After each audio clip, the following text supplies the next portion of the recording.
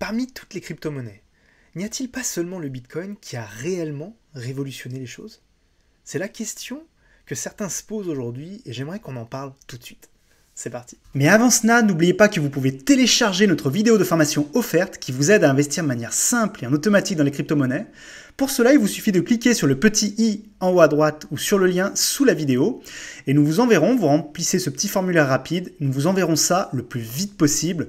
Vous allez voir, il y a des contenus super intéressants. 5 raisons pour lesquelles la blockchain va rentrer de manière importante dans le monde du jeu vidéo et donc dans l'un des marchés culturels les plus gros. Je vous rappelle que le jeu vidéo aujourd'hui, ça représente plus en chiffre d'affaires annuel que la musique et le film combinés. Donc c'est assez fou, c'est très important, c'est beaucoup plus important que ce qu'on le croit. Ce marché vraiment drive beaucoup de choses, développe beaucoup d'économies et fait changer beaucoup de choses. Alors cet article est très intéressant parce qu'il a noté 5 raisons principales. Alors il y a l'histoire du gaming, etc., ça c'est super.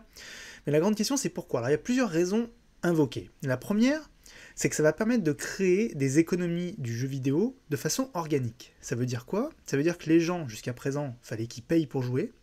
Maintenant, on les paye pour qu'ils jouent. Ça crée plein de choses.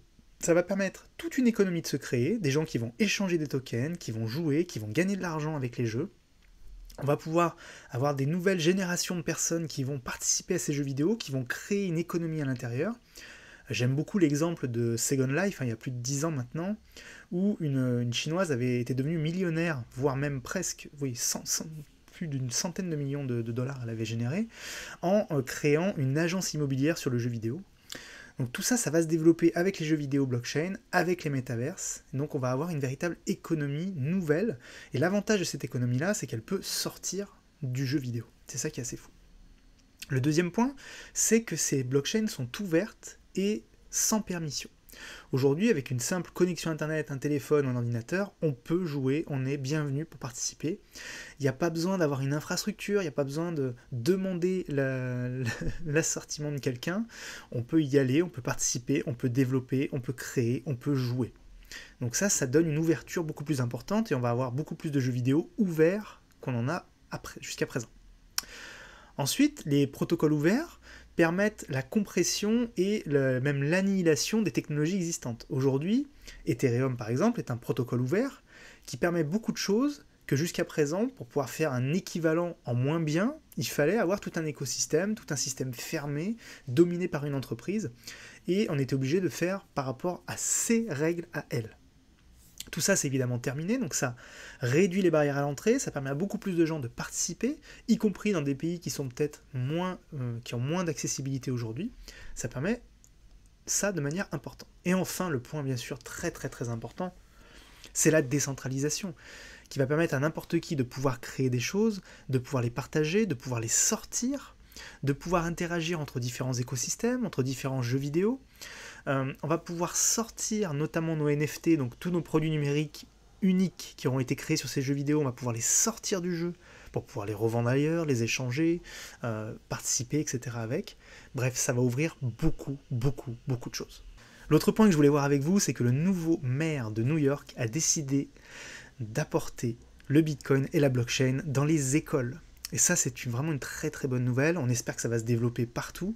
On sait qu'il y a des programmes similaires qui sont en cours de déploiement en Europe, en Asie. Mais là, c'est vraiment maintenant. Ils ont décidé de lancer les choses. Il explique que pour lui, c'est le futur. Il faut absolument que les enfants new-yorkais comprennent ce qu'est la technologie blockchain, comprennent ce qu'est le Bitcoin, les crypto-monnaies, etc. pour pouvoir leur permettre de créer les services et les produits de demain. Ça, c'est une super nouvelle, évidemment.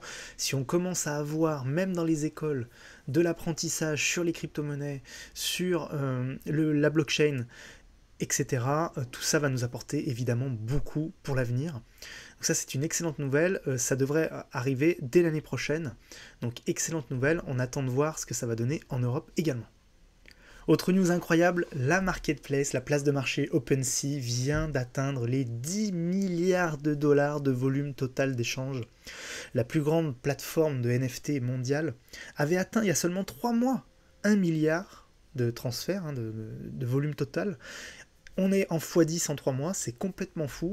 On vous en parle depuis des mois, on vous dit qu'il faut s'intéresser au NFT, au métaverse avec Jonathan, c'est qu'il y a une raison. C'est que, comme on vous l'avait dit, on avait senti le truc, il y a vraiment une révolution qui est en cours sur plein de domaines. La musique, le jeu vidéo, l'immobilier, on le voit également dans l'art, bien entendu, dans énormément de choses. Et ce n'est que le début, on est au tout début. Alors bien sûr, ça ne veut pas dire que la progression qu'on voit ici ne va pas diminuer. D'ailleurs, il y a même un petit ralentissement ces derniers mois. Au mois d'octobre, on a noté un clair ralentissement. Mais ce qu'il faut comprendre, c'est la tendance globale, la tendance moyen-long terme. Les NFT sont là pour longtemps. C'est maintenant une certitude et ils ne sont qu'au tout début de leur développement. Imaginez, on atteint déjà des 10 milliards de dollars de volume avec un développement qui est très limité pour le moment. Honnêtement, il n'y a pas grand-chose. Hein. Quand on regarde un petit peu les NFT aujourd'hui, la plupart des applications, des systèmes fonctionnent mal sur mobile, ne sont pas du tout intégrables facilement pour le grand public. C'est encore beaucoup trop compliqué à utiliser, à faire fonctionner. Je vous laisse imaginer le jour où ça va devenir vraiment grand public, où des grands noms vont arriver sur le marché. On sait que Twitter travaille, on sait que Google travaille, Facebook bien entendu qui travaille de manière importante sur le sujet. Quand toutes ces plateformes vont arriver, là on va vraiment avoir quelque chose de grand, de fort, et c'est là qu'on va voir le vrai potentiel de toutes ces technologies. En tout cas, c'est une excellente nouvelle. On vient de passer un volume fou sur une plateforme de 10 milliards de dollars. Le sujet important, beaucoup de gens qui travaillent sur la technologie Bitcoin se posent des questions de plus en plus. Alors ceux qu'on appelle parfois les Bitcoin maximalistes, c'est-à-dire ceux qui estiment qu'il n'y a que le Bitcoin dans les crypto-monnaies, commencent à s'inquiéter de ce qui se passe autour de ce qu'ils appellent eux les shitcoins, malheureusement, c'est assez péjoratif, tout ce qui n'est pas Bitcoin. D'après eux, ce sont des technologies, on perd du temps à travailler là-dessus, on essaie de développer des choses dessus, mais ce n'est pas efficace, ça ne fonctionnera pas. Alors, Jimmy Song, qui est quelqu'un de très respectable et de très reconnu dans le domaine de la contribution, notamment au moteur Bitcoin, c'est lui qui a travaillé sur pas mal d'améliorations de la technologie Bitcoin, nous a discuté avec un journaliste très intéressant, parce que lui, là, régulièrement, il discute avec des entreprises, avec des chefs d'entreprise, avec des gens qui sont importants, qui sont dans la politique, etc. Et il leur pose des questions pour essayer de comprendre quelle est leur position sur le Bitcoin et sur les crypto-monnaies en général. Et d'après lui, ces cryptos autres posent un vrai problème. Il dit par exemple, il y a un truc que les gens n'ont pas compris, qui est pourtant simple. Le simple fait que Satoshi Nakamoto ne soit pas connu, qu'on ne sache pas qui il est, d'où il vient, pourquoi il a créé Bitcoin, c'est un avantage concurrentiel majeur. Toutes les autres crypto-monnaies, et ça c'est vrai, on peut pas dire le contraire, ont toutes eu un PDG avec une équipe marketing, et donc le narratif qu'on vous raconte, c'est ce qu'ils veulent bien vous expliquer. C'est en partie vrai, bien sûr, on peut pas nier ce point-là.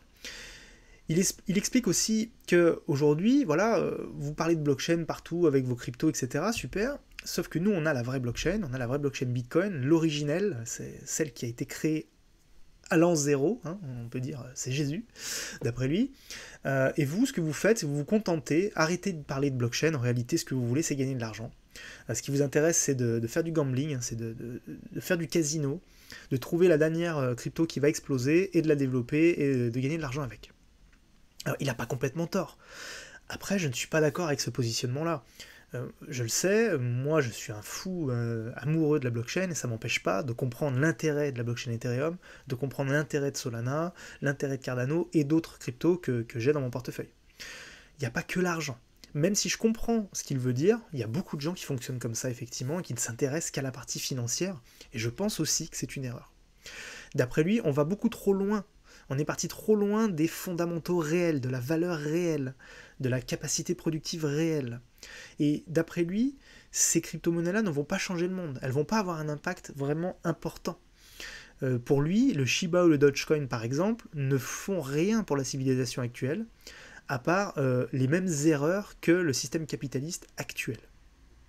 Ça, c'est une discussion intéressante et j'aimerais bien avoir votre avis sur le sujet. Mais c'est vrai que je comprends la position philosophique des Bitcoin maximalistes qui expliquent que voilà, pour eux, il n'y a que Bitcoin, c'est la technologie reine. On peut en partie être d'accord. Après, ce que je ne comprends pas chez eux, c'est cette propension à ne pas accepter qu'il y a d'autres technologies intéressantes, d'autres technologies utiles, qui sont différentes du Bitcoin, qui auront à la fin un fonctionnement différent, une utilité différente, et c'est ça qui me pose réellement problème. Et je suis tout autant amoureux de mes bitcoins que de mes autres cryptos. Et j'aimerais bien avoir votre avis là-dessus. Quel est votre positionnement aujourd'hui? Voilà, on est fin 2021. Est-ce que vous êtes plutôt un bitcoin maximaliste? Est-ce que vous êtes une autre crypto spécifique? Ou est-ce que vous comprenez qu'il peut y avoir différentes crypto-monnaies, différentes blockchains qui peuvent être intéressantes et utiles pour différentes choses, tout simplement.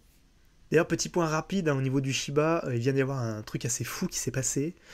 Une personne a acheté pour 1,13 milliard de dollars de Shiba Inu, ce qui fait 20 000 milliards de Shiba Inu, ce qui est assez fou. Faites très attention sur ce genre de crypto. Quand on regarde un petit peu la blockchain en question, on se rend compte que la plupart des Shiba Inu sont possédés par une dizaine de comptes seulement. Il y a une hyper centralisation du token, ce qui est évidemment une très mauvaise chose. J'espère que cette vidéo vous a plu. Si c'est le cas, n'hésitez pas à mettre un pouce bleu, à commenter et à partager. C'était Rémi et je vous dis à très vite.